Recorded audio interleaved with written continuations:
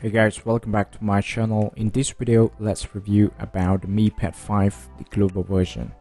So I have used this Mi Pad 5 for about 2 weeks now. If you haven't checked my unboxing video of the Mi Pad 5 alongside the gift bundles, you can check out the video with the link above or in this video description. So this is the Mi Pad 5.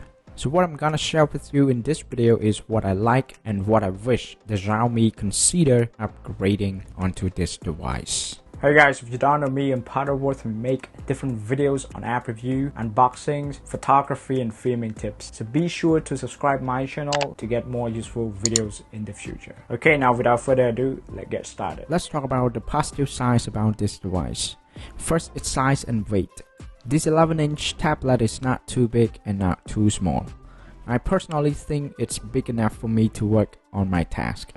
Before owning this device, I use my MacBook Pro a lot to watch YouTube videos, working on my websites, as well as my other projects like photo editing and writing script for my future videos. But now, Mi Pad 5 has replaced the MacBook Pro completely to do side things. Talking about its weight, this Mi Pad 5 is only 511 grams. It's really light and easy for me to carry around. So now I always bring it along with me to my workplace without having to carry my MacBook Pro, which is about 1.4 kilograms. It's much heavier. So I just keep my MacBook Pro at home when I need to work heavily on video editing. The next point which is worth mentioning is the 4 speakers.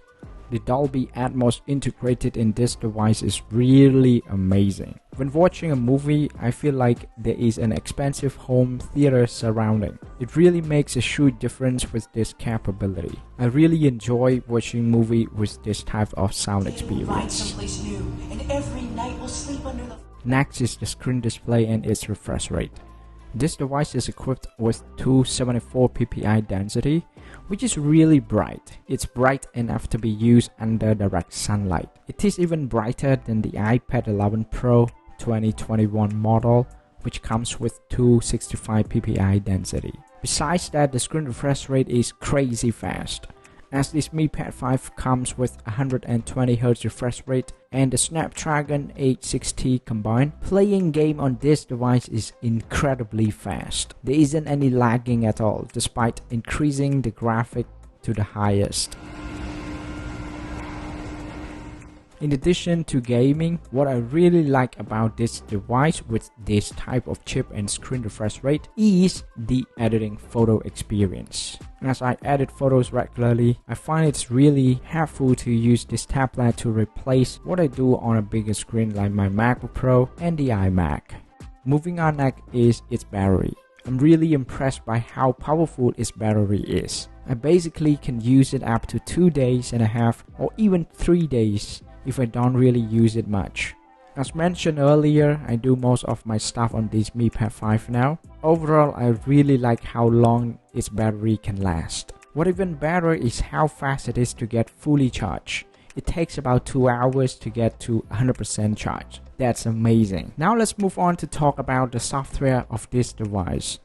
If you are from an iOS user, you might find the overall usage on this Mi Pad 5 similar. On the bottom part here, you can see a line where you can swipe up in order to exit the running application, or to get to the multitask window to clear all running apps, or to launch any recent apps you want. To access this feature, all you have to do is to swipe from the button to the middle part or hold it down for 1 to 2 seconds. The other similar feature to the iOS is when accessing Control Center and the Notification Center. To access the Control Center, you need to swipe down from the top right and swipe down from the top left in order to see the notifications. But what makes this Mi Pad 5 different from iOS or iPad is the ability to access both of these features right from anywhere on the screen, unlike on iPad or iPhone. As you can see, I can swipe down from anywhere on the right or left side of the screen. In the control center, you get all features you need. The main ones, as you can see, are the Bluetooth, Wi-Fi and the brightness, alongside other features with smaller icons. To see more, you just need to swipe down one more time. I really like having shortcuts in the control center here. What I mainly use from here, of course, the Bluetooth, Wi-Fi, the brightness, screenshot, and especially the built-in screen record. Next, what I really like about this Mi Pad 5 is the ability to split the screen into two. As you can see, I can work on my script at the same time browsing anything I want or watching my favorite videos on YouTube. To access this feature is to swipe up the current app, the app you're running, and then select this icon and choose the second app you want to work on. To swap between the two apps, just hold down the blue bar on the top and swap between the apps. And you can also decide how much you want to see in each screen by dragging the line in the middle to the left or to the right. It's pretty convenient and really fast, although I'm working on two different apps. In addition to the split screen, there's another cool feature that I love using. Is called floating app. There are two ways to access this feature. The first one is to swipe the running app to the edge of the top right of the screen. Then just release your finger. And now just tap on this small open app on the screen and you are ready to use both at the same time. I find this useful while reading some articles online. The next one that I really like about this device is the powerful built-in screen record app. To access the screen record, just swipe down to access the control center and swipe one more time to see the screen record. Hold down to adjust the setting to make sure that everything is what you want. What even better is whatever the setting you use, this Mi Pad 5 just runs as normal without any lagging problems. Another cool features from this Mi Pad 5 is the Hotspot feature. Just for your information, this Mi Pad 5, the global version, is only supported with a Wi-Fi. If you want the one that can be used with the SIM card, you need to get the Mi Pad 5 Pro. But the Pro version is only available for China. China version. So what I really like about the hotspot feature on this Mi Pad 5 is the ability to share the connected Wi-Fi to other devices. Meaning that you can use this Mi Pad 5 as a second router with a customized name and password so that it's easy for you to share with other people. To use this feature, you need to connect to a Wi-Fi network, then go to the setting and go to hotspot. You can turn it on, and then you can change the name of this Wi-Fi and the password. You can use a different one from the one that you are connecting to. Last but not least is the new experience that I have never used and seen before on a tablet. I'm not quite sure if it is a new software integrated or it has been there for a long time. If you guys know, please let me know as well. This cool feature is to allow you to create a completely new user. Like on computer system, you have the ability to create as many users as you want because you don't want to share any files to anyone in your drive.